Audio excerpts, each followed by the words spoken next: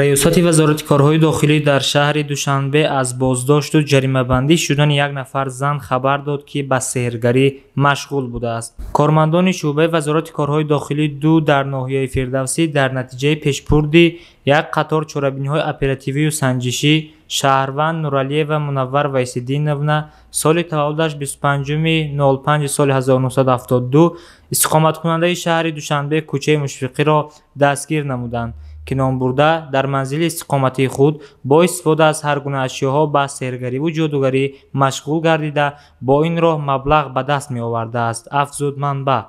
гуфта мешавад, ки вобаста ба ҳолати мазкур нисбати ном бурда дар асоси моддаи 482 Кодекси ҳуқуқвайронкунии маъмурии Ҷумҳурии Тоҷикистон протокол тартиб дода ва ба миқдори 2560 сомонӣ ҷаримабандӣ карда шудааст.